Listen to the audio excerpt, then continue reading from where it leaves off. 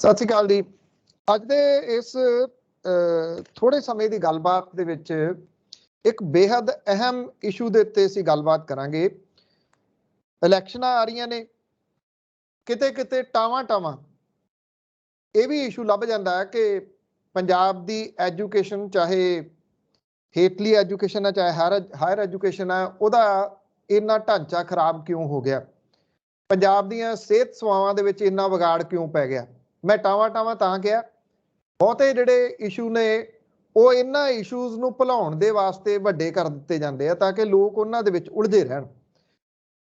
ਪਰ ਇਹ ਵੀ ਇੱਕ ਗੱਲ ਹੈ ਕਿ ਕੁਝ ਲੋਕ ਜਿਹੜੇ ਬੇਸ਼ੱਕ ਇਸ ਪੱਖੋਂ ਤਾਂ ਸੁਰਖਰੂ ਨੇ ਕਿ ਉਹਨਾਂ ਦੇ ਕੋਲੇ ਜੌਬਸ ਹੈਗੀਆਂ ਨੇ, ਚੰਗੀਆਂ ਜੌਬਸ ਨੇ, ਪਰ ਉਹ ਫਿਕਰਮੰਦ ਇਸ ਗੱਲ ਨੂੰ ਲੈ ਕੇ ਨੇ ਕਿ ਕਿਸੇ ਵੇਲੇ ਉਹਨਾਂ ਲਈ ਕੋਈ ਬੋਲਦਾ ਰਿਹਾ ਤੇ ਅੱਜ ਉਹਨਾਂ ਨੂੰ ਅਗਲੀ ਪੀੜ੍ਹੀ ਦੇ ਵਾਸਤੇ ਘੱਟੋ ਘੱਟ ਕੁਝ ਚੀਜ਼ਾਂ ਬੋਲਣ ਦੀ ਜ਼ਰੂਰਤ ਹੈ। ਨਹੀਂ ਤਾਂ ਜਿਹੜਾ ਸਾਡਾ ਇਹ ਐਜੂਕੇਸ਼ਨ ਢਾਂਚਾ ਹੈ, ਪਤਾ ਨਹੀਂ ਕਿਸ ਜਗ੍ਹਾ ਦੇ ਉੱਤੇ ਲਿਜਾ ਕੇ ਸੂਬੇ ਨੂੰ ਸੁੱਟ ਦੇਊਗਾ। ਮੈਂ ਬੜਾ ਧੰਨਵਾਦੀ ਹਾਂ ਡਾਕਟਰ ਸ਼ਮਸ਼ੇਰ ਸਿੰਘ ਸੰਧੂ ਹੋਰਾਂ ਦਾ, ਜਿਹੜਾ ਡੀਲਿੰਕਿੰਗ ਹੈ ਜਿਹੜੀ ਹਾਇਰ ਐਜੂਕੇਸ਼ਨ ਦੇ ਨਾਲੋਂ, ਇਹਦਾ ਕੀ ਜਿਹੜਾ ਨੁਕਸਾਨ ਹੋਊਗਾ ਸਾਨੂੰ, ਉਹਦੇ ਬਾਰੇ ਦੇ ਵਿੱਚ ਜਿਹੜਾ ਜੋ ਦੱਸਣਗੇ। ਡਾਕਟਰ ਸਾਹਿਬ, ਧੰਨਵਾਦ ਤੁਹਾਡਾ ਗੱਲਬਾਤ ਕਰਨ ਦੇ ਵਾਸਤੇ, ਬਹੁਤ ਮਿਹਰਬਾਨੀ ਤੁਹਾਡੀ, ਤੁਸੀਂ ਸਮਾਂ ਕੱਢਿਆ। ਔਰ ਮੈਂ ਸਭ ਤੋਂ ਪਹਿਲਾਂ ਤਾਂ ਤੁਹਾਡੇ ਬਾਰੇ ਥੋੜਾ ਜਿਹਾ ਜਾਣਨਾ ਚਾਹੁੰਦਾ ਕਿ ਇਸ ਵੇਲੇ ਆਈ ਨੋ ਕਿ ਤੁਸੀਂ ਜਿਹੜੀ ਪੰਜਾਬ ਯੂਨੀਵਰਸਿਟੀ ਉਹਦੇ ਸੈਨੇਟ ਦੇ ਮੈਂਬਰ ਵੀ ਹੋ, ਤੁਸੀਂ ਇਸ ਵੇਲੇ ਕਿੱਥੇ ਪੋਸਟਡ ਹੋ, ਕਦੋਂ ਤੋਂ ਇਸ ਲਾਈਨ ਦੇ ਵਿੱਚ ਹੋ ਐਜੂਕੇਸ਼ਨ ਦੀ? ਧੰਨਵਾਦ ਪਨੂ ਸਾਹਿਬ। ਸਾਰੇ ਸਰੋਤਿਆਂ ਨੂੰ ਬਹੁਤ ਬਹੁਤ ਪਿਆਰ ਭਰੀ ਸਤਿ ਸ੍ਰੀ ਅਕਾਲ। ਮੈਂ ਡਾਕਟਰ ਸ਼ਮਿੰਦਰ ਸਿੰਘ ਸੰਧੂ, ਪੰਜਾਬ ਯੂਨੀਵਰਸਿਟੀ ਦਾ ਇਲੈਕਟਿਡ ਸੈਨੇਟ ਮੈਂਬਰ ਹੈ। ਟੀਚਰਸ ਨੂੰ ਰਿਪਰੈਜ਼ੈਂਟ ਕਰਦਾ ਸੈਨੇਟ ਦੇ ਵਿੱਚ। ਦੂਸਰੀ ਵਾਰ ਮੈਂ ਇਲੈਕਟ ਹੋਇਆ ਹਾਂ ਰੀਸੈਂਟਲੀ ਅਗਸਤ ਦੇ ਵਿੱਚ ਜਿਹੜੇ ਇਲੈਕਸ਼ਨਸ ਹੋਏ ਹੈ। ਅੱਜ ਕੱਲ੍ਹ ਮੈਂ DAV ਕਾਲਜ ਚੰਡੀਗੜ੍ਹ ਵਿੱਚ ਆਪਣੀਆਂ ਸੇਵਾਵਾਂ ਨਿਭਾ ਰਿਹਾ। ਸਬਜੈਕਟ ਮੇਰਾ ਫਿਜ਼ਿਕਸ ਹੈ। ਬੇਸਿਕਲੀ ਫਿਜ਼ਿਕਸ ਦੇ ਵਿੱਚ ਡਾਕਟਰੇਟ ਹੈ ਪੰਜਾਬ ਯੂਨੀਵਰਸਿਟੀ ਤੋਂ ਹੀ।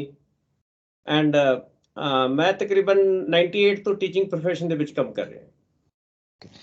ਡਾਕਟਰ ਸਾਹਿਬ, ਜਿਹੜਾ ਜਿਹਦੇ ਉੱਤੇ ਆਪਾਂ ਮੇਨ ਅੱਜ ਗੱਲ ਕਰਨੀ ਆ, ਕਿਉਂਕਿ ਜਦੋਂ ਮੇਰੀ ਤੁਹਾਡੇ ਨਾਲ ਦਿਨੇ ਗੱਲ ਹੋ ਰਹੀ ਸੀ, ਆਪਾਂ ਔਨ ਫੋਨ ਦੇ ਉੱਤੇ ਗੱਲ ਕਰ ਰਹੇ ਸੀਗੇ, ਜਿਹੜਾ ਤੁਸੀਂ ਮੈਨੂੰ ਦੱਸਣ ਦੀ ਕੋਸ਼ਿਸ਼ ਕੀਤੀ, ਮੈਂ ਲੇਮੈਨ ਲੈਂਗੁਏਜ ਦੇ ਵਿੱਚ ਜੇ ਮੈਂ ਕਹਾਂ ਜਟਕਾ ਬੋਲੀ ਦੇ ਵਿੱਚ, ਤਾਂ ਮੈਨੂੰ ਜਿੰਨੀ ਇੱਕ ਸਮਝ ਆਈ ਕਿ ਜੇ ਇਹ ਲਾਗੂ ਹੋ ਜਾਂਦਾ ਤਾਂ ਇਹਦਾ ਹਾਇਰ ਐਜੂਕੇਸ਼ਨ ਦੇ ਉੱਤੇ ਬਹੁਤ ਵੱਡਾ ਪ੍ਰਭਾਵ ਪਊਗਾ। ਜਿਹੜਾ ਡੀਲਿੰਕਿੰਗ ਹੈ ਹਾਇਰ ਐਜੂਕੇਸ਼ਨ ਜਿਹੜਾ ਕਰਦੀ, ਇਹ ਕੀ ਹੈ, ਹੁਣ ਤੱਕ ਇਹ ਕਿਵੇਂ ਚੱਲਦਾ ਤੇ ਇਹਦੇ ਵਿੱਚ ਇਹ ਤਬਦੀਲੀਆਂ ਕਿੱਧਰ ਨੂੰ ਜਿਹੜੀਆਂ ਜਾ ਰਹੀਆਂ ਨੇ? ਜਿੱਥੇ ਮੈਨੂੰ ਜ਼ਰੂਰਤ ਪਈ ਕਿ ਮੈਨੂੰ ਸਮਝ ਨਹੀਂ ਆ ਰਹੀ, ਉੱਥੇ ਮੈਂ ਤੁਹਾਨੂੰ ਵਿਚਾਲੇ ਇੰਟਰਪਟ ਕਰੂੰਗਾ। ਕਾਈਂਡਲੀ ਇੱਥੋਂ ਆਪਾਂ ਜੇ ਸਟਾਰਟ ਕਰੀਏ ਕਿ ਡੀਲਿੰਕਿੰਗ ਜਿਹੜੀ ਆ ਉਹ ਕੀ ਆ, ਹਾਇਰ ਐਜੂਕੇਸ਼ਨ ਇਹਦੇ ਨਾਲ ਕਿਵੇਂ ਜੁੜੀ ਹੋਈ ਹੈ?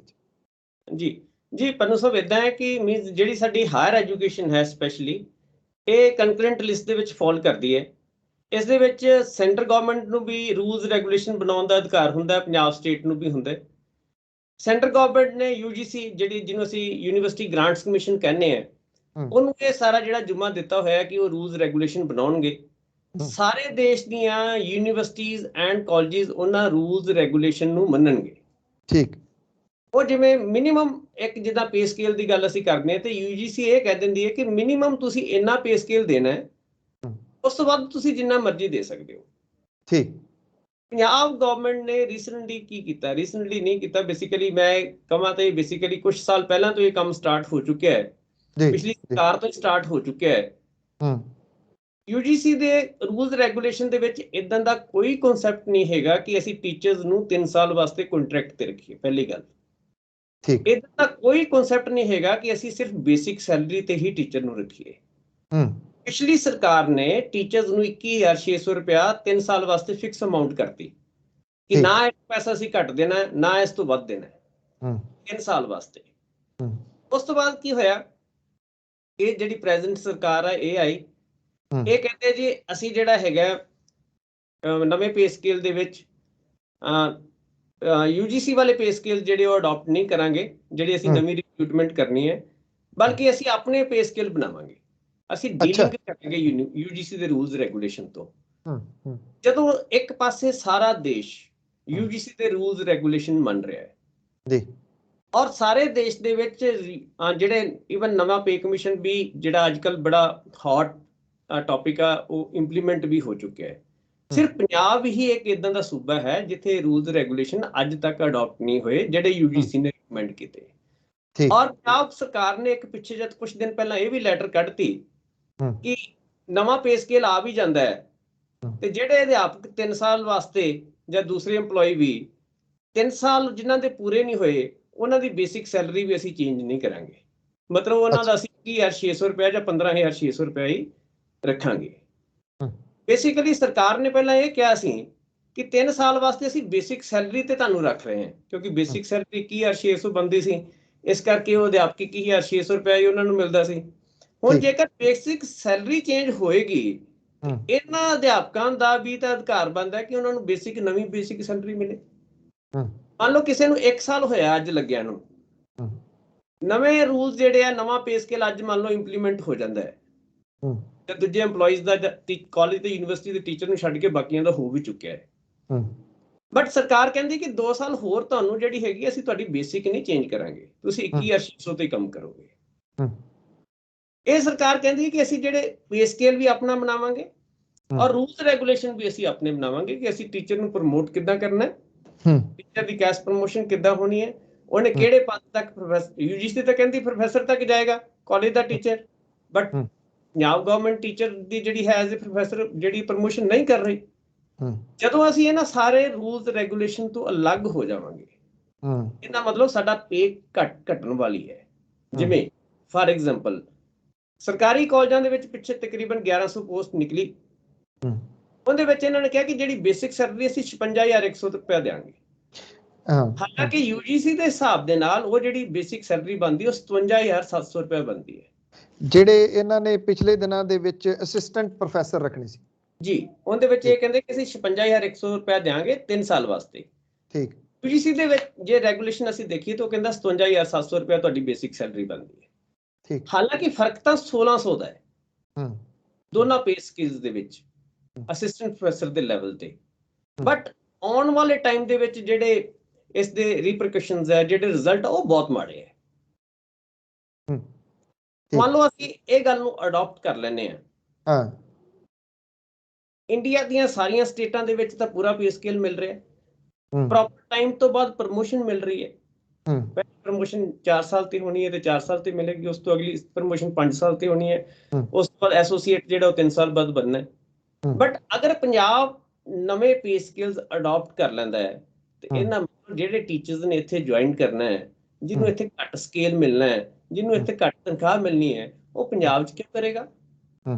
ਉਹਦੇ ਕੋਲ ਹਰਿਆਣਾ ਹੈ, ਹਿਮਾਚਲ ਹੈ, ਹੋਰ ਕਿੰਨੇ ਆਸੇ-ਪਾਸੇ ਸਟੇਟਸ ਹੈ ਜਿਹੜੇ ਉਹਨੂੰ ਪ੍ਰੋਪਰ ਸਕੇਲ ਦੇ ਰਹੇ ਹੈ। ਟੀਚਰ ਕਿੱਥੇ ਜਾਏਗਾ? ਇਹਨਾਂ ਮਤਲਬ ਸਾਡੇ ਕੋਲ ਉਹ ਟੀਚਰ ਆਏਗਾ ਪੰਜਾਬ ਦੇ ਵਿੱਚ ਜਿਹਨੂੰ ਕਿਤੇ ਹੋਰ ਨੌਕਰੀ ਨਹੀਂ ਮਿਲੀ। ਠੀਕ। ਇਹਨਾਂ ਮਤਲਬ ਜਿਹੜਾ ਸਾਡਾ ਟੀਚਰ ਜਿਹੜੇ ਸਾਡੇ ਨੂੰ ਜੁਆਇਨ ਕਰਨਗੇ ਉਹਨਾਂ ਦਾ ਲੈਵਲ ਵੀ ਬਹੁਤ ਅੱਛਾ ਨਹੀਂ ਹੋਏਗਾ। ਇਹ ਤਾਂ ਕੁਆਲਿਟੀ ਟੀਚਿੰਗ ਦੇਣੀ ਹੈ, ਕੁਆਲਿਟੀ ਜਿਹੜੀ ਹੈ ਐਜੂਕੇਸ਼ਨ ਦੇਣੀ ਹੈ, ਸਰਕਾਰ ਦੀ ਜ਼ਿੰਮੇਵਾਰੀ ਬਣਦੀ ਹੈ। ਜੇਕਰ ਸਾਡੇ ਕੋਲ ਟੀਚਰ ਹੀ ਮਾੜੇ ਹੋਣਗੇ ਤੇ ਜਿਹੜਾ ਉਹ ਪ੍ਰੋਡਕਟ ਪੈਦਾ ਕਰਨਗੇ ਉਹ ਕਿੱਦਾਂ ਦਾ ਹੋਏਗਾ? ਔਰ ਜਿਹੜਾ ਹਾਇਰ ਐਜੂਕੇਸ਼ਨ ਹੈ ਉਹ ਮੈਡੀਕਲ, ਜੇ ਐਜੂਕੇਸ਼ਨ ਦੀ ਅਸੀਂ ਗੱਲ ਕਰੀਏ, ਡਾਕਟਰ ਵੀ ਇਹਨਾਂ ਨੇ ਪ੍ਰੋਡਿਊਸ ਕਰਨੇ ਆ, ਇੰਜੀਨੀਅਰ ਵੀ ਇਹਨਾਂ ਨੇ ਪ੍ਰੋਡਿਊਸ ਕਰਨੇ ਆ, ਸਿਵਲ ਸਰਵੈਂਟ ਵੀ ਇਹਨਾਂ ਨੇ ਪ੍ਰੋਡਿਊਸ ਕਰਨੇ ਆ, ਰਿਸਰਚਰ ਵੀ ਇਹਨਾਂ ਨੇ ਪ੍ਰੋਡਿਊਸ ਕਰਨੇ ਆ, ਸਾਇੰਟਿਸਟ ਵੀ ਇਹਨਾਂ ਨੇ ਪ੍ਰੋਡਿਊਸ ਕਰਨੇ ਆ, ਐਕੈਡੈਮਿਸ਼ੀਅਨਸ ਵੀ ਇਹਨਾਂ ਨੇ ਪ੍ਰੋਡਿਊਸ ਕਰਨੇ ਆ। ਅਗਰ ਇਹ ਸਾਰੇ ਕੁਝ ਦਾ ਲੈਵਲ ਹੀ ਬਹੁਤ ਨੀਚੇ ਚਲਾ ਗਿਆ ਤੇ ਕੱਲ ਸਟੇਟ ਦਾ ਵਾਲੀ ਵਾਰਸ ਕੌਣ ਹੋਏਗਾ? ਸਾਡੇ ਸਟੇਟ ਦੇ ਵਿੱਚ ਜਿਹੜੀ ਹੈਗੀ ਹੈ ਸਾਨੂੰ ਜਿਹੜੀਆਂ ਸਾਰੀਆਂ ਅੱਗੇ ਲੈ ਕੇ ਜਾਣਾ, ਜਿੱਥੇ ਸਟੇਟ ਨੇ ਗਰੋ ਹੋਣਾ ਹੈ, ਅੱਗੇ ਵਧਣਾ, ਅਸੀਂ ਕਿੱਦਾਂ ਵਧਾਂਗੇ? ਸੋ ਇਹ ਸਾਰਾ ਕੁਝ ਸੋਚ ਕੇ ਇਦਾਂ ਲੱਗਦਾ ਕਿ ਸ਼ਾਇਦ ਅਸੀਂ ਕਿਸੇ ਨਾ ਕਿਸੇ ਹਨੇਰੇ ਵੱਲ ਜਾ ਰਹੇ ਹਾਂ। ਜੇ ਅਸੀਂ ਇਮੀਡੀਏਟ ਐਕਸ਼ਨ ਕੋਈ ਸਰਕਾਰ ਨਹੀਂ ਲੈਂਦੀ ਤੇ ਸਾਡੇ ਯੂਥ ਦਾ ਜਿਹੜਾ ਫਿਊਚਰ ਹੈ ਕੋਈ ਬਹੁਤ ਅੱਛਾ ਨਹੀਂ ਨਜ਼ਰ ਆ ਰਿਹਾ। ਡਾਕਟਰ ਸਾਹਿਬ ਇਸ ਵੇਲੇ ਸਮੱਸਿਆ ਸਰਕਾਰ ਵਿੱਚ ਸਰਕਾਰ ਹੈ, ਕਿਉਂਕਿ ਜਿਹੜੀ ਮੈਂ ਤੁਹਾਨੂੰ ਉਸ ਪਾਸੇ ਤਾਂ ਨਹੀਂ ਲਿਜਾਊਂਗਾ ਕਿ ਸਰਕਾਰ ਇਹ ਕਹਿੰਦੀ 72 ਦਿਨਾਂ ਦਾ ਸਾਡਾ ਰਿਪੋਰਟ ਕਾਰਡ ਲੈ ਲਓ, 4.5 ਸਾਲ ਵਾਲਾ ਤੁਸੀਂ ਭੁੱਲ ਜਾਓ। ਇਹ ਜਿਹੜਾ ਸਾਰੀਆਂ ਪਾਲਿਸੀਜ਼ ਦੀ ਤੁਸੀਂ ਗੱਲ ਕਰ ਰਹੇ ਹੋ ਜਿਹੜੀਆਂ ਇਹ ਬਣਾ ਦਿੱਤੀਆਂ ਗਈਆਂ, ਇਹ 4.5 ਸਾਲ ਵਾਲੀ ਸਰਕਾਰ ਨੇ ਬਣਾਈਆਂ, ਉਹ ਤਾਂ ਤੁਸੀਂ ਦੱਸ ਹੀ ਦਿੱਤਾ। ਜਦੋਂ ਇਹ ਬਾਅਦ ਦੇ ਵਿੱਚ ਆਈ ਜਿਹੜੀ 72 ਦਿਨਾਂ ਦਾ ਰਿਪੋਰਟ ਕਾਰਡ ਦੱਸਦੀ ਹੈ, ਇਹ ਐਜ਼ ਇਟ ਇਜ਼ ਉਹਨੂੰ ਅੱਗੇ ਲਿਜਾ ਰਹੀ ਹੈ, ਇਹਨੇ ਉਹਦੇ ਵਿੱਚ ਕੋਈ ਚੇਂਜਸ ਕਰਨ ਦੀ ਕੋਸ਼ਿਸ਼ ਕੀਤੀ? ਤੁਸੀਂ ਇਹਨਾਂ ਨੂੰ ਵੀ ਕਿਸੇ ਨੂੰ ਮਿਲੇ ਜਾਂ ਉਹੋ ਜਿਹੇ ਜਵਾਬ ਹੀ ਨੇ ਜਿਹੋ ਜਿਹੇ ਪਹਿਲੇ ਸੀ? ਪੰਨੂ ਸਾਹਿਬ ਇਦਾਂ ਹੈ ਕਿ ਇਹ 2 ਪਾਰਟਸ ਦੇ ਵਿੱਚ ਮੈਂ ਤੁਹਾਨੂੰ ਜਵਾਬ ਦਿਆਂਗਾ ਜੀ। ਇੱਕ ਜਿਹੜੀ ਮੈਂ ਤੁਹਾਨੂੰ ਲੈਟਰ ਦਾ ਹੁਣੇ ਹੀ ਗੱਲ ਕੀਤੀ ਸੀ ਜਿਹੜੀ 3 ਸਾਲ ਪ੍ਰੋਬੇਸ਼ਨ ਦੇ ਵਿੱਚ ਇਹਨਾਂ ਨੇ ਕਿਹਾ ਕਿ ਅਸੀਂ ਜਿਹੜੀ ਪੇ ਸਕੇਲ ਨੂੰ ਵਧਾਵਾਂਗੇ ਨਹੀਂ, ਬੇਸਿਕ ਸੈਲਰੀ ਵਧਾਵਾਂਗੇ ਨਹੀਂ, ਪੁਰਾਣੀ ਹੀ ਦੇਵਾਂਗੇ, ਉਹ ਇਸੇ ਸਰਕਾਰ ਨੇ ਕੱਢੀ ਹੈ ਜੀ। ਪੁਰਾਣੀ ਸਰਕਾਰ ਨੇ ਨਹੀਂ, ਇਸ ਸਰਕਾਰ ਨੇ ਹੀ ਕੱਢੀ ਹੈ। ਹਾਲਾਂਕਿ ਜਦੋਂ ਨਵੀਂ ਸਰਕਾਰ ਬਣੀ ਸੀ ਸਾਨੂੰ ਬੜੀਆਂ ਸਾਡੀਆਂ ਉਮੀਦਾਂ ਜਾਗੀਆਂ ਸੀ ਕਿ ਨਵੀਂ ਸਰਕਾਰ ਹੈ, ਬਹੁਤ ਡਾਇਨਾਮਿਕ ਹੈ, ਬਹੁਤ ਅੱਛਾ ਕੰਮ ਕਰੇਗੀ, ਬੜਾ ਇਹਨਾਂ ਨੇ ਪ੍ਰਚਾਰ ਵੀ ਕੀਤਾ ਕਿ ਆਮ ਆਦਮੀ ਦੀ ਗੱਲ ਹੈਗੀ ਹੈ। ਤਾਂ ਸਾਨੂੰ ਵੀ ਲੱਗਿਆ ਕਿ ਆਮ ਆਦਮੀ ਦੀ ਜਿਹੜੀ ਉਹ ਸੁਣੀ ਜਾਏਗੀ। ਆਮ ਆਦਮੀ ਨੂੰ ਕੀ ਚਾਹੀਦਾ ਹੁੰਦਾ ਹੈ? ਸਿਹਤ ਸਹੂਲਤਾਂ ਚਾਹੀਦੀਆਂ, ਉਸਨੂੰ ਅੱਛੀ ਐਜੂਕੇਸ਼ਨ ਚਾਹੀਦੀ ਹੈ। ਸਭ ਤੋਂ ਪ੍ਰਾਈਮ ਚੀਜ਼ਾਂ ਤੇ ਦੋ ਹੈ, ਔਰ ਐਜੂਕੇਸ਼ਨ ਮੈਂ ਕਹਿੰਦਾ ਉਸ ਤੋਂ ਵੀ ਸਭ ਤੋਂ ਮੋਸਟ ਇੰਪੋਰਟੈਂਟ ਥਿੰਗ ਹੈ। ਜੇ ਐਜੂਕੇਸ਼ਨ ਹੋਏਗੀ ਤੇ ਤਾਂ ਹੀ ਮੈਡੀਕਲ ਅਸੀਂ ਜਿਹੜੀਆਂ ਫੈਸਿਲਿਟੀਜ਼ ਅੱਛੀਆਂ ਦੇ ਸਕਾਂਗੇ, ਤਾਂ ਹੀ ਅਸੀਂ ਅੱਛੇ ਡਾਕਟਰ ਪ੍ਰੋਡਿਊਸ ਕਰ ਸਕਾਂਗੇ ਜਿਹੜੇ ਜਾ ਕੇ ਉਹ ਜਨਤਾ ਨੂੰ ਸਰਵ ਕਰ ਸਕਣਗੇ। ਜੇ ਅਸੀਂ ਅੱਛੇ ਡਾਕਟਰ ਹੀ ਪ੍ਰੋਡਿਊਸ ਨਹੀਂ ਕਰ ਪਾਵਾਂਗੇ ਤੇ ਸਰਵ ਕੌਣ ਕਰੇਗਾ? ਅੱਛੇ ਇੰਜੀਨੀਅਰ ਹੀ ਪ੍ਰੋਡਿਊਸ ਨਹੀਂ ਕਰ ਪਾਵਾਂਗੇ, ਸਰਵ ਕੌਣ ਕਰੇਗਾ? ਇਹ ਤਾਂ ਇੱਕ ਮੀਨਸ ਲਾਈਕ ਪ੍ਰਾਇਮਰੀ ਪ੍ਰੋਫੈਸ਼ਨ ਹੈਗਾ ਜਿਸਨੇ ਸਾਰੇ ਬਾਕੀ ਪ੍ਰੋਫੈਸ਼ਨਸ ਨੂੰ ਜਨਮ ਦੇਣਾ ਹੈ, ਜਿਨ੍ਹਾਂ ਨੇ ਮੀਨਸ ਲਾਈਕ ਇੱਥੋਂ ਹੀ ਬਣ ਕੇ ਜਾਣਾ, ਇੱਥੋਂ ਹੀ ਸਭ ਕੁਝ ਸਿੱਖ ਕੇ ਜਾਣਾ ਹੈ। ਸੋ ਸਿੱਖਿਆ ਦਾ ਪਿਆਰ ਸਾਨੂੰ ਜਿਹੜਾ ਉਹ ਜੇ ਸਾਡਾ ਅੱਛਾ ਨਹੀਂ ਹੋਏਗਾ ਤੇ ਸਾਡੀ ਸਟੇਟ ਕਦੇ ਗਰੋ ਨਹੀਂ ਕਰ ਸਕਦੀ। ਤੇ ਮੈਨੂੰ ਇਹ ਲੱਗਦਾ ਕਿ ਸਾਨੂੰ ਸਭ ਤੋਂ ਪਹਿਲਾਂ ਜਿਹੜੇ ਸਿੱਖਿਆ ਦਾ ਮਿਆਰ ਹੈ ਉਸ ਤੇ ਕੰਮ ਕਰਨ ਦੀ ਜ਼ਰੂਰਤ ਹੈ ਕਿਸੇ ਵੀ ਸਰਕਾਰ ਨੂੰ ਜੀ। ਤੋ ਡਾਕਟਰ ਸਾਹਿਬ ਇਹਦੇ ਪਿੱਛੇ ਕਿਉਂਕਿ ਮੇਨ ਜਿਹੜਾ ਤੁਸੀਂ ਦੱਸਿਆ ਕਿ ਬਾਕੀ ਕਿਤੇ ਨਹੀਂ ਹੋਇਆ, ਸਿਰਫ ਪੰਜਾਬ 'ਚ ਹੋਇਆ, ਇਹਦਾ ਰੀਜ਼ਨ ਕੀ ਹੈ ਜੀ? ਕਿਉਂ ਸਰਕਾਰ ਜਿਹੜੀ ਪੰਜਾਬ ਸਰਕਾਰ ਆ ਉਹ ਕਿਉਂ ਖਹਿੜਾ ਇੱਥੋਂ ਛੁਡਾਉਣਾ ਚਾਹੁੰਦੀ ਹੈ? ਜੇ ਉਹ ਖਹਿੜਾ ਛੁਡਾ ਰਹੀ ਹੈ ਇਹ ਠੀਕ ਹੈ ਕਿ ਹੋ ਸਕਦਾ ਉਹ ਥੋੜੇ ਬਹੁਤੇ ਪੈਸੇ ਜਿਹੜੇ ਉਹ ਸੇਵ ਕਰ ਲਏ, ਪਰ ਉਹ ਜਨਰੇਸ਼ਨ ਨਹੀਂ ਸੇਵ ਕਰ ਸਕੂਗੀ। ਜਿੱਧਰ ਤੁਸੀਂ ਗੰਭੀਰ ਇਸ਼ਾਰਾ ਕਰ ਦਿੱਤਾ ਕਿ ਕਿੱਥੋਂ ਤੁਸੀਂ ਫਿਰ ਕੱਲ ਦੇ ਜਿਹੜੇ ਭਲਕਦੇ ਡਾਕਟਰ, ਇੰਜੀਨੀਅਰ, ਪ੍ਰੋਫੈਸਰ, ਵਕੀਲ ਉਹ ਕਿੱਥੋਂ ਤੁਸੀਂ ਉਹ ਬਣਾਓਗੇ ਜਿਹੜੇ ਨਵੇਂ? ਇਹ ਸਰਕਾਰ ਕਿਉਂ ਕਰਨਾ ਚਾਹੁੰਦੀ ਹੈ? ਇਹ ਗਲਤ ਪਾਲਿਸੀਜ਼ ਦੇ ਪਿੱਛੇ ਤੁਸੀਂ ਕੀ ਸਮਝਦੇ ਹੋ ਕਿ ਕਿਉਂ ਇਹ ਢਾਂਚਾ ਸਾਰੇ ਦਾ ਸਾਰਾ ਗਰਕ ਕਰ ਦੇਣਾ ਚਾਹੁੰਦਾ ਹੈ ਐਜੂਕੇਸ਼ਨ ਦਾ? ਕੀ ਰੀਜ਼ਨ ਕੀ ਇਹਦੇ ਪਿੱਛੇ? ਮੈਨੂੰ ਇਹ ਲੱਗਦਾ ਕਿ ਜਿਹੜੀ ਅੱਜ ਦੀ ਸਰਕਾਰ ਹੈ ਉਹਦਾ ਐਜੂਕੇਸ਼ਨ ਪ੍ਰਤੀ ਕੋਈ ਵਿਜ਼ਨ ਨਹੀਂ ਹੈ। ਇਹਨੂੰ ਜ਼ੀਰੋ ਵਿਜ਼ਨ ਨਜ਼ਰ ਆ ਰਿਹਾ ਐਜੂਕੇਸ਼ਨ ਪ੍ਰਤੀ ਇਸ ਸਰਕਾਰ ਦਾ। ਜੇਕਰ ਅਸੀਂ ਡੀਲਿੰਕਿੰਗ ਦੀ ਜਿਵੇਂ ਅੱਜ ਅਸੀਂ ਡਿਸਕਸ਼ਨ ਕਰ ਰਹੇ ਹਾਂ ਪੰਨੂ ਸਾਹਿਬ, ਇਸ ਇਸ਼ੂ ਡੀਲਿੰਕਿੰਗ ਜਦੋਂ ਇੰਸਟੀਟਿਊਸ਼ਨ ਡੀਲਿੰਕ ਹੋ ਜਾਣਗੀਆਂ, ਕਾਲਜਿਸ ਪੰਜਾਬ ਦੇ, ਚੰਡੀਗੜ੍ਹ ਦੇ ਜਾਂ ਯੂਨੀਵਰਸਿਟੀਜ਼ ਡੀਲਿੰਕ ਹੋ ਜਾਣਗੀਆਂ, ਬਹੁਤ ਸਾਰਾ ਜਿਹੜਾ ਪੈਸਾ ਸਾਨੂੰ ਸੈਂਟਰ ਸਰਕਾਰ ਤੋਂ ਵੀ ਆਉਂਦਾ ਹੈ। ਪੰਜਾਬ ਤਾਂ ਸੈਲਰੀ ਦਿੰਦੀ ਹੈ, ਸੈਂਟਰ ਸਾਨੂੰ ਰਿਸਰਚ ਵਾਸਤੇ ਬਹੁਤ ਸਾਰੇ ਫੰਡਸ ਦਿੰਦੀ ਹੈ। ਉਹਦੀ ਬਹੁਤ ਸਾਰੀਆਂ ਜਿਵੇਂ UGC ਹੈ, CSIR ਹੈ, DST ਹੈ, ਹੋਰ ਵੀ ਬਹੁਤ ਸਾਰੇ ਸੈਂਟਰ ਤੋਂ ਸਾਨੂੰ ਗ੍ਰਾਂਟਸ ਆਉਂਦੀਆਂ, ਰਿਸਰਚ ਵਾਸਤੇ ਆਉਂਦੀਆਂ, ਇਨਫਰਾਸਟ੍ਰਕਚਰ ਦੇ ਡਿਵੈਲਪਮੈਂਟ ਵਾਸਤੇ ਆਉਂਦੀਆਂ। ਬਹੁਤ ਸਾਰੀਆਂ ਬਿਲਡਿੰਗ ਜੇ ਅਸੀਂ ਕਿਸੇ ਯੂਨੀਵਰਸਿਟੀ ਕਾਲਜ ਦੇ ਵਿੱਚ ਜਾਂਦੇ ਹਾਂ ਉੱਥੇ ਬੋਰਡ ਲੱਗਿਆ ਹੁੰਦਾ ਕਿ UGC ਨੇ ਫਲਾਣੇ ਪਰਪਸ ਵਾਸਤੇ ਇਸ ਬਿਲਡਿੰਗ ਵਾਸਤੇ ਸਾਨੂੰ ਗ੍ਰਾਂਟ ਦਿੱਤੀ ਸੀ। ਬਹੁਤ ਸਾਰੀਆਂ ਲੈਬਸ ਅਸੀਂ ਜਾਂਦੇ ਹਾਂ, ਵਿਜ਼ਿਟ ਕਰਦੇ ਹਾਂ ਤੇ DST ਨੇ ਸਾਨੂੰ ਇਹ ਲੈਬ ਦਿੱਤੀ ਸੀ। DST ਫਿਸਟ ਹੈ ਜਾਂ ਹੋਰ DBT ਹੈ ਬਾਇਓਟੈਕਨੋਲੋਜੀ ਵਾਸਤੇ, ਜਿਹੜੇ ਸਾਨੂੰ ਬਹੁਤ ਸਾਰੀਆਂ ਗ੍ਰਾਂਟਸ ਹੈ, ਬਹੁਤ ਸਾਰਾ ਇਨਫਰਾਸਟ੍ਰਕਚਰ ਬੱਚਿਆਂ ਵਾਸਤੇ ਜਿਹੜਾ ਉਹ ਉੱਥੋਂ ਸੈਂਟਰ ਦੀ ਸਰਕਾਰ ਤੋਂ ਜਿਹੜਾ ਅਸੀਂ। ਔਰ ਪੰਜਾਬ, ਮੈਂ ਇਹ ਵੀ ਕਹਿਣਾ ਚਾਹੁੰਦਾ ਕਿ ਪੰਜਾਬ ਸਰਕਾਰ ਇਸ ਕੰਮ ਵਾਸਤੇ ਇੱਕ ਪੈਸਾ ਵੀ ਨਹੀਂ ਦੇ ਰਹੀ। ਕੋਈ ਪੰਜਾਬ ਸਰਕਾਰ ਦੀ ਰਿਸਰਚ ਸਕੀਮ ਨਹੀਂ ਹੈ ਕਿ ਉਹ ਰਿਸਰਚ ਨੂੰ ਪ੍ਰਮੋਟ ਕਰਨ ਵਾਸਤੇ ਕੋਈ ਫੈਲੋਸ਼ਿਪ ਦੇ ਰਹੀ ਹੋਵੇ ਜਾਂ ਕੋਈ ਪੈਸਾ ਜਿਹੜਾ ਹੈ ਯੂਨੀਵਰਸਿਟੀ ਜਾਂ ਕਾਲਜਿਸ ਦੇ ਵਿੱਚ ਕਿਸੇ ਫਾਰਮ ਦੇ ਵਿੱਚ ਦੇ ਰਹੀ ਹੋਵੇ। ਜਿਹੜਾ ਸਾਨੂੰ ਕੋਈ ਹੈ ਹੀ ਨਹੀਂ, ਬਿਲਕੁਲ ਹੀ ਨਹੀਂ ਗ੍ਰਾਂਟ ਦੀ ਇਦਾਂ ਦੀ ਸਕੀਮ ਨਹੀਂ ਹੈ।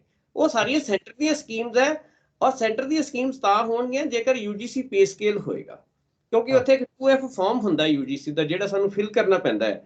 ਕਹਿੰਦਾ ਕਿ ਅਸੀਂ UGC ਦੇ ਰੂਲਸ ਐਂਡ ਰੈਗੂਲੇਸ਼ਨਸ ਨੂੰ ਫੋਲੋ ਕਰ ਰਹੇ ਹਾਂ। ਜੇ ਅਸੀਂ UGC ਰੂਲਸ ਰੈਗੂਲੇਸ਼ਨ ਫੋਲੋ ਨਹੀਂ ਕਰਾਂਗੇ ਤੇ ਸਾਡੀਆਂ ਸਾਰੀਆਂ ਗ੍ਰਾਂਟਸ ਜਿਹੜੀਆਂ ਉਹ ਬੰਦ ਹੋ ਜਾਣਗੀਆਂ। ਔਰ ਨੁਕਸਾਨ ਕਿਸ ਦਾ ਹੋਏਗਾ? ਬੱਚਿਆਂ ਦਾ ਹੋਏਗਾ, ਕਿਉਂਕਿ ਉਹ ਫੈਸਿਲਿਟੀਜ਼, ਉਹ ਲੈਬਸ ਜਿਹੜੀਆਂ ਅਸੀਂ ਉਸ ਪੈਸੇ ਦੇ ਨਾਲ ਬਣਾ ਰਹੇ ਹਾਂ, ਉਹ ਲਾਇਬ੍ਰੇਰੀ ਜਿਹੜੀ ਅਸੀਂ ਉਸ ਪੈਸੇ ਦੇ ਨਾਲ ਬਣਾ ਰਹੇ ਹਾਂ, ਉਹ ਬੱਚਿਆਂ ਨੂੰ ਫੈਸਿਲਿਟੀ ਨਹੀਂ ਮਿਲੇਗੀ। ਕਿਸ ਦਾ ਨੁਕਸਾਨ ਹੋਇਆ? ਯੂਥ ਦਾ ਨੁਕਸਾਨ ਹੋਇਆ। ਜਿਸ ਸਟੇਟ ਦਾ ਯੂਥ ਹੀ ਕੈਲੀਬਰ ਵਾਲਾ ਨਹੀਂ ਹੈ ਉਹ ਸਟੇਟ ਕਿਸ ਰਸਤੇ ਤੇ ਜਾਏਗੀ? ਇਹ ਸਾਨੂੰ ਭਲੀ ਭਾਂਤੀ ਜਿਹੜਾ ਹੈਗਾ ਇਸ ਦਾ ਅੰਦਾਜ਼ਾ ਲਗਾ ਲੈਣਾ ਚਾਹੀਦਾ ਹੈ। ਬਹੁਤ ਥੋੜੇ ਪੈਸੇ ਬਚਾਉਣ ਦੇ ਚੱਕਰ ਦੇ ਵਿੱਚ ਸਰਕਾਰ ਚੁਆਨੀਆਂ ਦਵਾਨੀਆਂ ਬਚਾਉਣ ਦੇ ਚੱਕਰ ਦੇ ਵਿੱਚ ਮੈਨੂੰ ਲੱਗਦਾ ਕਿ ਲੱਖਾਂ ਕਰੋੜਾਂ ਅਰਬਾਂ ਰੁਪਇਆਂ ਦਾ ਜਿਹੜਾ ਨੁਕਸਾਨ ਹੈ ਯੂਥ ਦੇ ਭਵਿੱਖ ਦੇ ਨਾਲ ਰਿਲੇਟਡ ਹੋਵੇ, ਇੰਸਟੀਟਿਊਸ਼ਨ ਦੀ ਗਰੋਥ ਦੇ ਨਾਲ ਰਿਲੇਟਡ ਹੋਵੇ, ਉਹ ਸ਼ਾਇਦ ਕਰਵਾਉਣ ਜਾ ਰਹੇ ਹਾਂ ਅਸੀਂ ਜੇਕਰ ਅਸੀਂ ਡੀਲਿੰਕਿੰਗ ਕਰਦੇ ਹਾਂ। ਡਾਕਟਰ ਸਾਹਿਬ ਜਿਹੜੇ ਮੈਂ ਬਹੁਤ ਸਾਰਾ ਸਮਾਂ ਬਾਹਰ ਵੀ ਰਿਹਾ, ਜਿਹੜੇ ਪ੍ਰੋਵਿੰਸ ਹੈ ਜਦੋਂ ਉਹਨੇ ਸਰਕਾਰ ਬਣਾਉਣੀ ਹੈ ਜਾਂ ਫੈਡਰਲ ਦੀ ਸਰਕਾਰ ਬਣਨੀ ਹੈ, ਉਹਦੇ ਵਿੱਚ ਉਹ ਹੁੰਦਾ ਕਿ ਕਿਸੇ ਨਾ ਕਿਸੇ ਐਜੂਕੇਸ਼ਨ ਬੈਕਗਰਾਊਂਡ ਵਾਲੇ ਨੂੰ ਲਿਆਂਦਾ ਜਾਂਦਾ, ਪਾਰਟੀ ਲਿਆਉਂਦੀ ਹੈ ਤਾਂ ਕਿ ਜੇ ਉਹਨਾਂ ਦੀ ਸਰਕਾਰ ਬਣੀ ਉਹਨੂੰ ਐਜੂਕੇਸ਼ਨ ਮਿਨਿਸਟਰ ਬਣਾਉਣ। ਇੱਕ ਮੈਡੀਕਲ ਲਾਈਨ ਵਾਲੇ ਨੂੰ ਲਿਆਂਦਾ ਜਾਂਦਾ ਕਿ ਉਹਨੂੰ ਸਿਹਤ ਮੰਤਰੀ ਬਣਾਉਣ। ਕੀ ਜਿਹੜੇ ਉਸ ਲਾਈਨ ਦੇ ਹੀ ਨਹੀਂ ਹੈਗੇ ਉਹਨਾਂ ਦਾ ਐਜੂਕੇਸ਼ਨ ਮਿਨਿਸਟਰ ਬਣਨਾ, ਹਾਇਰ ਐਜੂਕੇਸ਼ਨ ਮਿਨਿਸਟਰ ਬਣਨਾ, ਜਿਨ੍ਹਾਂ ਨੂੰ ਇਹ ਸਮਝ ਹੀ ਨਹੀਂ ਕਿ ਐਜੂਕੇਸ਼ਨ ਸਿਸਟਮ ਕੀ ਆ, ਇਹ ਉਹਦੇ ਵਾਸਤੇ ਉਹ ਜ਼ਿੰਮੇਵਾਰ ਨੇ, ਜਾਂ ਜਿਹੜੇ ਅਫਸਰ ਲਾ ਦਿੱਤੇ ਜਾਂਦੇ ਆ ਉਹ, ਕਿਉਂਕਿ ਉਹਨਾਂ ਨੂੰ ਪਤਾ ਨਹੀਂ ਮੰਤਰੀਆਂ ਨੂੰ, ਉਹ ਆਪਣੀਆਂ ਮਨ ਆਈਆਂ ਕਰਦੇ ਆ, ਉਹਦੀ ਵਜ੍ਹਾ ਕਰਕੇ ਇਹ ਸਾਰਾ ਢਾਂਚਾ ਖਰਾਬ ਹੋ ਰਿਹਾ। ਇਹ ਪੋਲੀਟੀਸ਼ੀਅਨ ਇਹਦੇ ਵਾਸਤੇ ਜ਼ਿੰਮੇਵਾਰ ਨੇ ਜਾਂ ਜਿਹੜੇ ਅਫਸਰ ਨੇ? ਕਿਉਂਕਿ ਅਫਸਰਾਂ ਦੀਆਂ ਆਪ ਹੁਦਰੀਆਂ ਵੀ ਬਹੁਤ ਚਰਚਾ ਦੇ ਵਿੱਚ ਪੰਜਾਬ ਦੇ ਵਿੱਚ ਰਹਿੰਦੀਆਂ ਨੇ, ਜੋ ਕੁਝ ਉਹ ਕਰੀ ਜਾ ਰਹੇ ਨੇ, ਕਿਹੋ ਜਿਹੇ ਸਮਾਰਟ ਸਕੂਲ ਬਣਾਈ ਜਾਂਦੇ ਨੇ ਰੰਗ ਰੋਗਨ ਕਰਕੇ। ਇਹਦੇ ਵਾਸਤੇ ਤੁਸੀਂ ਸਮਝਦੇ ਕੀ ਹੋ ਕਿ ਪੋਲੀਟੀਸ਼ੀਅਨ ਜ਼ਿੰਮੇਵਾਰ ਨੇ ਜਾਂ ਜਿਹੜੇ ਅਫਸਰ ਨੇ ਉਹ? ਪੰਨੂ ਸਾਹਿਬ, ਮੈਨੂੰ ਇਹ ਲੱਗਦਾ ਕਿ ਜਿਹੜਾ ਸਾਡਾ ਅੱਜ ਦਾ ਸਿਸਟਮ ਹੈ ਉਹ ਮੀਨਸ ਪੋਲੀਟੀਕਲੀ ਮੋਟੀਵੇਟਿਡ ਸਿਸਟਮ ਹੈ। ਜਿਹੜਾ ਪੋਲੀਟੀਸ਼ੀਅਨਸ ਉਹੀ ਸਾਰੇ ਸਿਸਟਮ ਨੂੰ ਚਲਾ ਰਹੇ ਹੈ। ਜੇ ਕਿਸੇ ਅਫਸਰ ਨੂੰ ਵੀ ਅਪੁਆਇੰਟ ਕਰਨਾ ਹੈ, ਉਹ ਪੋਲੀਟੀਸ਼ੀਅਨਸ ਨੇ ਹੀ ਅਪੁਆਇੰਟ ਕਰਨਾ ਹੈ। ਇਹ ਪੋਲੀਟੀਸ਼ੀਅਨ ਦਾ ਜਿੰਨਾ ਚਿਰ ਵਿਜ਼ਨ ਨਹੀਂ ਹੋਏਗਾ ਕਿਸੇ ਵੀ ਫੀਲਡ ਦੇ ਬਾਰੇ ਜਾਂ ਐਜੂਕੇਸ਼ਨ ਦੇ ਬਾਰੇ, ਉਹਨਾਂ ਚਿਰ ਅਸੀਂ ਪੋਲੀਟੀਸ਼ੀਅਨ ਦੇਖੇਗਾ ਨਾ ਵੀ ਇਹ ਆਫੀਸਰ ਜਿਹੜਾ ਹੈਗਾ ਐਜੂਕੇਸ਼ਨ ਦੇ ਵਿੱਚ ਕੰਮ ਕਰ ਸਕਦਾ ਹੈ, ਮੈਡੀਕਲ ਲਾਈਨ ਦੇ ਵਿੱਚ ਕੰਮ ਕਰ ਸਕਦਾ ਹੈ, ਕਿਸੇ ਹੋਰ ਲਾਈਨ ਦੇ ਵਿੱਚ ਕੰਮ ਕਰ ਸਕਦਾ ਹੈ। ਜੇਕਰ ਉਹ ਜਿਹੜਾ ਪੋਲੀਟੀਕਲ ਸਿਸਟਮ ਸਾਡਾ ਨਹੀਂ ਦੇਖੇਗਾ, ਉਹਨਾਂ ਚਿਰ ਅਸੀਂ ਜਿਹੜਾ ਹੈਗਾ ਗਰੋ ਨਹੀਂ ਕਰ ਪਾਵਾਂਗੇ। ਸਾਡੇ ਸਰਦਾਰ ਪ੍ਰਗਟ ਸਿੰਘ ਜੀ ਬੜੇ ਮਾਣਯੋਗ ਨੇ ਸਾਰਿਆਂ ਦੇ, ਇਹਨਾਂ ਦਾ ਬੜਾ ਵੱਡਾ ਨਾਮ ਹੈ ਮੀਨਸ ਲਾਈਕ ਖੇਡ ਜਗਤ ਦੇ ਵਿੱਚ ਵੀ। ਔਰ ਜਦੋਂ ਇਹਨਾਂ ਨੂੰ ਮਿਨਿਸਟਰੀ ਦਿੱਤੀ ਗਈ ਐਜੂਕੇਸ਼ਨ ਦੀ, ਸਾਨੂੰ ਵੀ ਲੱਗਿਆ ਕਿ ਅੱਜ ਸਾਨੂੰ ਇੱਦਾਂ ਦਾ ਮਿਨਿਸਟਰ ਮਿਲਿਆ ਹੈ, ਕਿਉਂਕਿ ਇਹਨਾਂ ਨੇ ਵੀ ਇੱਕ ਦੋ ਜਗ੍ਹਾ ਤੇ ਕਿਹਾ ਕਿ ਜਿਹੜਾ ਸਪੋਰਟਸ ਪਰਸਨ ਹੁੰਦਾ ਉਹ ਤਾਂ ਸੈਕਿੰਡਾਂ ਦੇ ਵਿੱਚ ਫੈਸਲੇ ਕਰਦਾ ਹੈ, ਕਿਉਂਕਿ ਉਹਨੇ ਡਿਸੀਜ਼ਨ ਲਏ ਹੁੰਦੇ ਆ ਗਰਾਊਂਡ ਦੇ ਵਿੱਚ। ਸਾਨੂੰ ਵੀ ਲੱਗਿਆ ਕਿ ਅੱਜ ਜਿਹੜੀਆਂ ਹੈਗੀਆਂ ਸਾਡੀਆਂ ਪ੍ਰੋਬਲਮਸ ਆ ਜਿਹੜੀਆਂ ਉਹ ਸੋਲਵ ਹੋਣਗੀਆਂ ਜਦੋਂ ਸਰਦਾਰ ਪ੍ਰਗਟ ਸਿੰਘ ਜੀ ਆ ਗਏ। ਸਾਡੀ ਐਜੀਟੇਸ਼ਨ ਪੰਨੂ ਸਾਹਿਬ ਤਕਰੀਬਨ ਇਹ ਐਜੀਟੇਸ਼ਨ ਵੀ ਚੱਲ ਰਹੀ ਹੈ, ਅਸੀਂ ਇਸ ਨੂੰ ਬਚਾਉਣ ਦੀ ਕੋਸ਼ਿਸ਼ ਕਰ ਰਹੇ ਹਾਂ। ਮੈਂ ਉਹਦੀ ਵੀ ਗੱਲ ਕਰਦਾ ਤੁਹਾਡੇ ਨਾਲ। ਹਾਂਜੀ ਹਾਂਜੀ, ਸਾਨੂੰ ਲੱਗਿਆ ਸੀ ਕਿ ਸਰਦਾਰ ਪ੍ਰਗਟ ਸਿੰਘ ਜੀ ਬਹੁਤ ਵਧੀਆ ਕੰਮ ਕਰਨਗੇ। ਸਾਨੂੰ ਇਹ ਸਾਡੀ ਐਜੀਟੇਸ਼ਨ ਤੇ ਵੀ ਆਏ, ਆਸ਼ਵਾਸਨ ਵੀ ਦੇ ਕੇ ਗਏ, ਬਟ ਉਸ ਤੋਂ ਬਾਅਦ ਵੀ ਜਿਹੜੀ ਗਰਾਊਂਡ ਰਿਐਲਿਟੀ ਆ ਉਹ ਸੇਮ ਉਦਾਂ ਦੀ ਰਹੀ ਹੈ। ਉਸ ਵਿੱਚ ਕੋਈ ਜ਼ਿਆਦਾ ਫਰਕ ਨਹੀਂ ਪਿਆ। ਜਾਂ ਤਾਂ ਸ਼ਾਇਦ ਉਹਨਾਂ ਦੀ ਅੱਜ ਦੀ ਡੇਟ ਦੇ ਵਿੱਚ ਪ੍ਰਾਇੋਰਟੀਜ਼ ਕੁਝ ਹੋਰ ਨੇ, ਜਾਂ ਸ਼ਾਇਦ ਮੀਨਸ ਲਾਈਕ ਉਹਨਾਂ ਦੀ ਕੋਈ ਸੁਣਵਾਈ ਨਹੀਂ ਹੈਗੀ ਸਰਕਾਰੀ ਦਰਬਾਰੇ ਕਿ ਇਸ ਫੀਲਡ ਦੇ ਵਿੱਚ ਜਾਂ ਐਜੂਕੇਸ਼ਨ ਦੇ ਵੀ ਅਸੀਂ ਕੁਝ ਨਾ ਕੁਝ ਬਿਹਤਰੀ ਵਾਸਤੇ ਕੰਮ ਕਰਨਾ ਹੈ। ਮੈਨੂੰ ਇਹ ਵੀ ਲੱਗਦਾ ਕਿ ਜਿਹੜੀ ਅਫਸਰਸ਼ਾਹੀ ਆ ਉਹ ਬਹੁਤ ਹਾਵੀ ਹੋ ਚੁੱਕੀ ਹੋਈ ਹੈ, ਕਿਉਂਕਿ ਜਿਹੜੇ ਮੰਤਰੀ ਨੇ ਉਹਨਾਂ ਦੇ ਅੱਖਾਂ ਤੇ ਉਹਨਾਂ ਦੇ ਕੰਨ ਇਹ ਅਫਸਰ ਹੀ ਹੁੰਦੇ ਆ। ਉਹ ਉਹਨਾਂ ਨੂੰ ਜੋ ਦਿਖਾਈ ਜਾਂਦੇ ਉਹ ਦੇਖੀ ਜਾਂਦੇ ਆ, ਜੋ ਸੁਣਾਈ ਜਾਂਦੇ ਉਹ ਸੁਣੀ ਜਾਂਦੇ। ਇਹ ਵੀ ਕਾਰਨ ਹੈ। ਡਾਕਟਰ ਸਾਹਿਬ, ਤੁਹਾਨੂੰ ਮੈਂ ਜਿੱਥੋਂ ਸਟਾਰਟਿੰਗ ਦੇ ਵਿੱਚ ਜਿਹੜੀ ਗੱਲ ਕਹੀ ਸੀਗੀ, ਤੁਸੀਂ ਸੈਟਲ ਹੋ ਇੱਕ ਕਿਸਮ ਦੇ ਨਾਲ, ਤੁਹਾਨੂੰ ਕੋਈ ਬਹੁਤੀ ਸਮੱਸਿਆ ਨਹੀਂ, ਫਿਰ ਵੀ ਇਹਦੇ ਬਾਵਜੂਦ ਤੁਸੀਂ ਲੋਕ ਇਸ ਇਸ਼ੂ ਨੂੰ ਉਭਾਰ ਰਹੇ ਹੋ, ਉਹਦੇ ਵਾਸਤੇ ਐਜੀਟੇਸ਼ਨ ਕਰ ਰਹੇ ਹੋ। ਤੁਸੀਂ ਇਹ ਕਿਉਂ ਲੋੜ ਮਹਿਸੂਸ ਕੀਤੀ ਕਿ ਤੁਹਾਨੂੰ ਐਜੀਟੇਸ਼ਨ ਕਰਨ ਦੀ ਲੋੜ ਹੈ, ਅਵੇਅਰ ਕਰਨ ਦੀ ਲੋੜ ਹੈ? ਔਰ ਸੈਕੰਡ, ਜਿਹੜੀ ਤੁਹਾਡੀ ਇਹ ਐਜੀਟੇਸ਼ਨ ਹੈ ਕਿ ਇਹਦੇ ਨਾਲ ਮਾਪੇ, ਕਿਉਂਕਿ ਪੇਰੈਂਟਸ ਅਵੇਅਰ ਹੋਏ ਤਾਂ ਗੱਲ ਬਣਨੀ ਹੈ, ਕੀ ਪੇਰੈਂਟਸ ਤੁਹਾਨੂੰ ਆ ਕੇ ਪੁੱਛਦੇ ਆ, ਉਹ ਅਵੇਅਰ ਹੋ ਰਹੇ ਆ? ਔਰ ਇਹ ਤੁਸੀਂ ਐਜੀਟੇਸ਼ਨ ਕਿਵੇਂ ਕਰ ਰਹੇ ਹੋ? ਪੰਨੂ ਸਾਹਿਬ, ਇਦਾਂ ਹੈ ਕਿ ਇਹ ਜਿਹੜਾ ਜਿੱਦਾਂ ਮੈਂ ਪਹਿਲਾਂ ਹੀ ਦੱਸਿਆ ਕਿ ਯੂਥ ਦਾ ਮਸਲਾ ਹੈ, ਇਹ ਪੰਜਾਬ ਦਾ ਮਸਲਾ ਹੈ, ਪੰਜਾਬ ਦੇ ਭਵਿੱਖ ਦਾ ਮਸਲਾ ਹੈ। ਔਰ ਇਸ ਦੇ ਵਾਸਤੇ ਜਿੱਦਾਂ ਕੋਈ ਵੈਸੇ ਮੈਂ ਫਾਰ ਐਗਜ਼ਾਮਪਲ ਛੋਟੀ ਜਿਹੀ ਗੱਲ ਕਰਾਂ, ਜਿਹੜੇ ਪੇਰੈਂਟਸ ਹੁੰਦੇ ਆ ਉਹ ਕੰਮ ਕਰਦੇ ਕਿ ਸਾਡੇ ਬੱਚੇ ਜਿਹੜੇ ਉਹ ਐਸਟੈਬਲਿਸ਼ ਹੋ ਜਾਣ, ਜਿਹੜੇ ਉਹਨਾਂ ਦੇ ਬੱਚੇ ਆ ਉਹ ਕੋਈ ਡਾਕਟਰ ਬਣੇ, ਇੰਜੀਨੀਅਰ ਬਣੇ, ਉਹ ਕੱਲ ਨੂੰ ਕੋਈ ਵਧੀਆ ਤਰੀਕੇ ਦੇ ਨਾਲ ਜੌਬ ਕਰਨ ਜਾਂ ਆਪਣਾ ਐਸਟੈਬਲਿਸ਼ ਹੋਣ। ਟੀਚਰ ਦੇ ਜਿਹੜੇ ਬੱਚੇ ਹੁੰਦੇ ਉਹਦੇ ਸਟੂਡੈਂਟ ਹੁੰਦੇ ਆ, ਜਿਹੜੀ ਸਾਡੀ ਐਕਸਟੈਂਡਡ ਫੈਮਿਲੀ ਹੈ।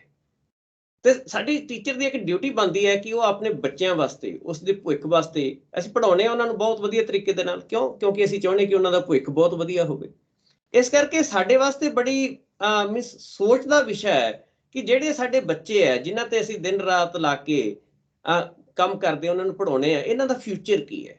ਸਾਨੂੰ ਉਹਨਾਂ ਦਾ ਫਿਊਚਰ ਨਜ਼ਰ ਨਹੀਂ ਆ ਰਿਹਾ। ਜੇ ਉਹਨਾਂ ਦਾ ਫਿਊਚਰ ਨਜ਼ਰ ਨਹੀਂ ਆਉਂਦਾ ਤਾਂ ਸਾਡੀ ਜ਼ਿੰਮੇਵਾਰੀ ਬਣ ਜਾਂਦੀ ਹੈ ਕਿ ਉਹਨਾਂ ਦੀ ਲੜਾਈ ਅਸੀਂ ਲੜੀਏ, ਕਿਉਂਕਿ ਅੱਜ ਉਹ ਬੱਚੇ ਉਸ ਪੋਜੀਸ਼ਨ ਦੇ ਵਿੱਚ ਨਹੀਂ ਹੈਗੇ ਕਿ ਉਹ ਲੜਾਈ ਲੜਨ, ਡਾਇਰੈਕਟ ਲੜਾਈ ਨਹੀਂ ਲੜ ਸਕਦੇ। ਬਟ ਸਾਡੀ ਜ਼ਿੰਮੇਵਾਰੀ ਬਣਦੀ ਹੈ ਕਿ ਅਸੀਂ ਆਉਣ ਵਾਲੀ ਜਨਰੇਸ਼ਨ ਦੀ ਜਿਹੜੀ ਹੈ ਉਹ ਲੜਾਈ ਲੜੀਏ।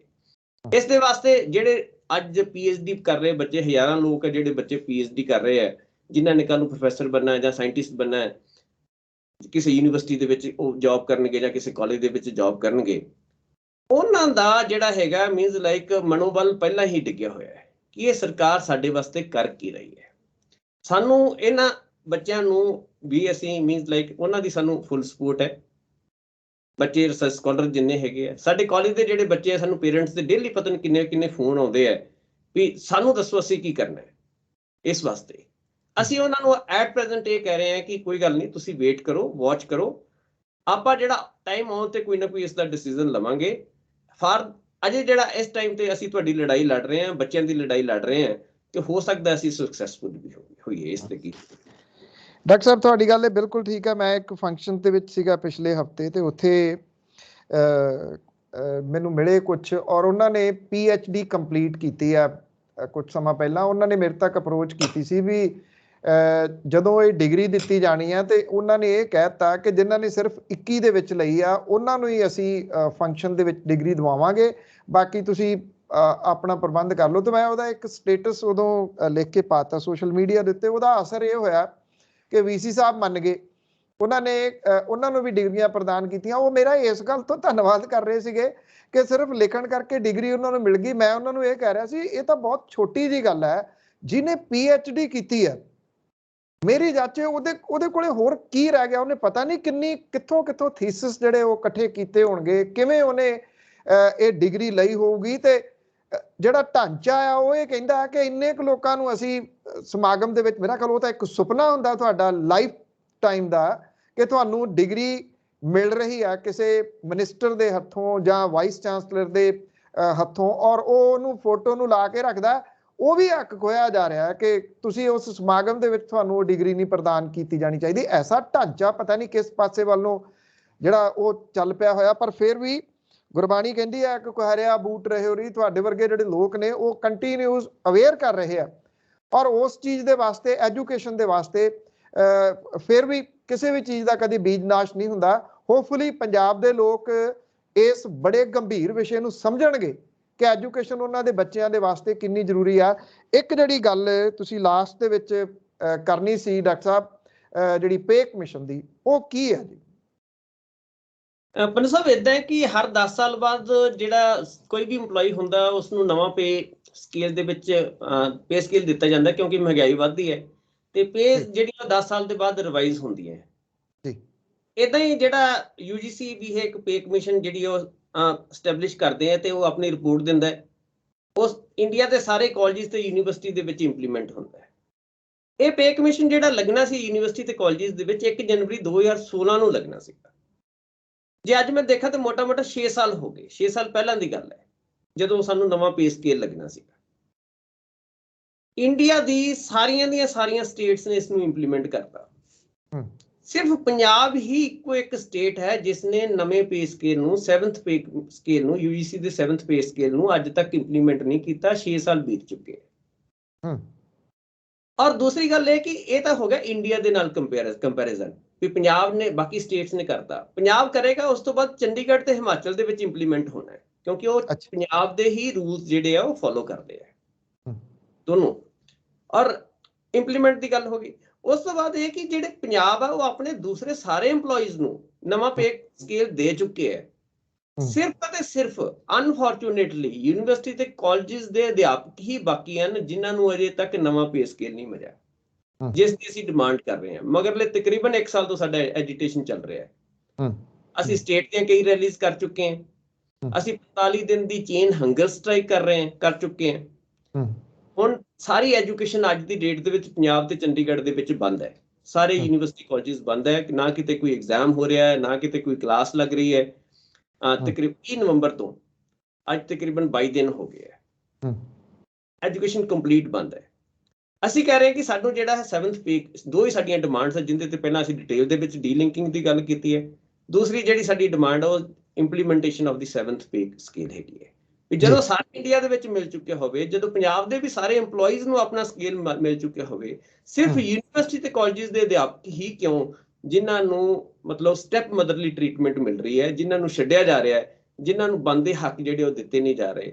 ਜੇਕਰ ਐਜੂਕੇਸ਼ਨ ਬੰਦ ਹੋਏਗੀ ਤੇ ਉਹੀ ਸਾਡਾ ਯੂਥ ਹੈ ਉਹ ਕੀ ਕਰੇਗਾ? ਯੂਥ ਦਾ ਜਿਹੜਾ ਫਿਊਚਰ ਹੈ ਉਹ ਕੀ ਹੋਏਗਾ? ਇਹ ਇੱਕ ਬੜਾ ਵੱਡਾ ਕੁਐਸਚਨ ਹੈ ਜਿਸ ਦੀ ਸਰਕਾਰ ਨਹੀਂ ਸੋਚ ਰਹੀ। ਇੱਕ ਛੋਟੀ ਜਿਹੀ ਗੱਲ ਮੈਂ ਇਹਦੇ ਵਿੱਚ ਇੱਕ ਹੋਰ ਐਡ ਕਰਦੇ ਹਾਂ, ਕਿਉਂਕਿ ਪੰਜਾਬ ਸਰਕਾਰ ਦੀ ਟੋਟਲ ਫੇਲੀਅਰ ਹੈ, ਟੋਟਲ ਫੇਲੀਅਰ ਹੋ ਰਹੀ ਹੈ ਅੱਜ ਦੀ ਡੇਟ ਦੇ ਵਿੱਚ। ਜਿਹੜੇ ਚੰਡੀਗੜ੍ਹ ਦੇ ਵਿੱਚ EMPLOYE ਹੈ, ਖਾਸ ਕਰਕੇ ਸਰਕਾਰੀ ਕਾਲਜਾਂ ਦੇ ਵਿੱਚ ਜਿਹੜੇ ਕੰਮ ਕਰ ਰਹੇ ਆ ਜਾਂ ਏਡਡ ਕਾਲਜਾਂ ਦੇ ਵਿੱਚ ਕੰਮ ਕਰ ਰਹੇ ਆ, ਉਹਨਾਂ ਦਾ ਇੱਕ ਅੱਜ ਦੀ ਡੇਟ ਦੇ ਵਿੱਚ ਰੁਝਾਨ ਇਹ ਜ਼ਰੂਰ ਹੈਗਾ ਕਿ ਸਾਨੂੰ ਪੰਜਾਬ ਦੇ ਰੂਲਸ ਰੈਗੂਲੇਸ਼ਨ ਤੋਂ ਪਰੇ ਕਰਕੇ ਸਾਨੂੰ ਜਿਹੜੀ ਉਹ ਸੈਂਟਰ ਦੇ ਜਿਹੜੇ ਸਿੱਧੇ ਰੂਲਸ ਰੈਗੂਲੇਸ਼ਨ ਲੱਗਣ। ਜਿਹੜੀ ਪੰਜਾਬ ਚੰਡੀਗੜ੍ਹ ਦੇ ਆਪਣੇ ਹੱਕ ਨੂੰ ਜਦੋਂ ਇਲੈਕਸ਼ਨ ਆਉਂਦੇ ਖਾਸ ਕਰਕੇ ਉਦੋਂ ਤਾਂ ਜ਼ਰੂਰ ਜਿਤਾਉਂਦੀ ਹੈ, ਪਰ ਹਾਂ ਮੈਂ ਜ਼ਰੂਰ ਕਹਿ ਦੇਣਾ ਚਾਹੁੰਦਾ ਕਿ ਜੇ ਇਹ ਹਾਲਾਤ ਰਹਿਣਗੇ ਤੇ ਹੌਲੀ ਜਿਹੜਾ ਹੈਗਾ ਚੰਡੀਗੜ੍ਹ ਦਾ ਇਹਨਾਂ ਦੇ ਜਿਹੜਾ ਇਹਨਾਂ ਦੇ ਆਪਣਾ ਹੱਕ ਜਮਾਉਂਦੇ ਆ, ਸ਼ਾਇਦ ਹੌਲੀ ਇਹ ਜਿਹੜਾ ਨਿਕਲ ਰਿਹਾ ਹੈ, ਕਿਉਂਕਿ EMPLOYE ਵੀ ਉਸ ਦੇ ਅਗੇਂਸਟ ਹੋ ਰਹੇ ਆ, ਹਰ ਇੱਕ ਤਬਕਾ ਉਸ ਦੇ ਅਗੇਂਸਟ ਹੋ ਰਿਹਾ ਹੈ। ਰੀਸੈਂਟਲੀ ਇੱਕ ਜੱਜਮੈਂਟ ਵੀ ਆਈ ਹੈ ਸੁਪਰੀਮ ਕੋਰਟ ਦੀ, ਹਾਈ ਕੋਰਟ ਨੇ ਪਹਿਲਾਂ ਆਈ ਸੀ, ਸੁਪਰੀਮ ਕੋਰਟ ਤੋਂ ਹੁਣ ਪਿੱਛੇ ਜਿਹੜਾ ਹੈਗਾ ਉਸ ਦਾ ਡਿਸੀਜਨ ਹੋਇਆ ਹੈ, ਜਿਸ ਦੇ ਵਿੱਚ ਪੰਜਾਬ ਦੇ ਰੂਲਸ ਐਂਡ ਰੈਗੂਲੇਸ਼ਨ ਦੇ ਬਾਰੇ ਹਾਈ ਕੋਰਟ ਨੇ ਕਿਹਾ ਕਿ ਇਹ ਮੀਨਸ ਲਾਈਕ ਨਹੀਂ ਲੱਗਣਗੇ। ਉਸ ਤੇ ਹੁਣ ਫਰਦਰ ਕੀ ਹੁੰਦਾ, ਐਡਮਿਨਿਸਟ੍ਰੇਸ਼ਨ ਕੀ ਉਸ ਨੂੰ ਕਿਸ ਤਰ੍ਹਾਂ ਲੈਂਦਾ ਹੈ, ਉਹ ਬਾਅਦ ਦੀ ਗੱਲ ਹੈ। ਸ਼ਾਇਦ 1-2 ਮਹੀਨਿਆਂ ਦੇ ਵਿੱਚ ਉਹ ਗੱਲ ਵੀ ਕਲੀਅਰ ਹੋ ਜਾਏਗੀ, ਪਰ ਪੰਜਾਬ ਸਰਕਾਰ ਦਾ ਜਿਹੜਾ ਓਵਰਆਲ ਰੁਖ ਹੈ ਉਹ ਬਹੁਤ ਮਾੜਾ ਹੈ। ਧੰਨਵਾਦ ਜੀ ਡਾਕਟਰ ਸਾਹਿਬ, ਔਰ ਉਮੀਦ ਕਰਦੇ ਹਾਂ ਕਿ ਜਿਹੜੇ ਪੰਜਾਬ ਦੇ ਲੋਕ ਨੇ ਘੱਟੋ ਘੱਟ ਇਸ ਵਾਰੀ ਉਹ ਜਿਹੜੀਆਂ 2 ਮੁੱਢਲੀਆਂ ਲੋੜਾਂ ਨੇ ਐਜੂਕੇਸ਼ਨ ਦੀ ਤੇ ਹੈਲਥ ਦੀ, ਉਸ ਪਾਸੇ ਵੱਲ ਸੋਚਣਗੇ। ਤੁਸੀਂ ਸੋਚੋ ਕਿ ਬੱਚੇ ਕਿਉਂ ਭੱਜ ਰਹੇ ਆ ਇੱਥੋਂ, ਜਦੋਂ ਤੁਹਾਡੇ ਕੋਲੇ ਢਾਂਚਾ ਜਿਹੜਾ ਉਹ ਹੌਲੀ ਕਰਕੇ ਜਿਹੜੇ ਟਾਣੇ ਤੇ ਬੈਠੇ ਨੇ ਨਾ ਇਹ ਲੋਕ, ਉਸ ਟਾਣੇ ਨੂੰ ਵੱਢੀ ਜਾਂਦੇ ਨੇ ਸਿਆਸਤਦਾਨ।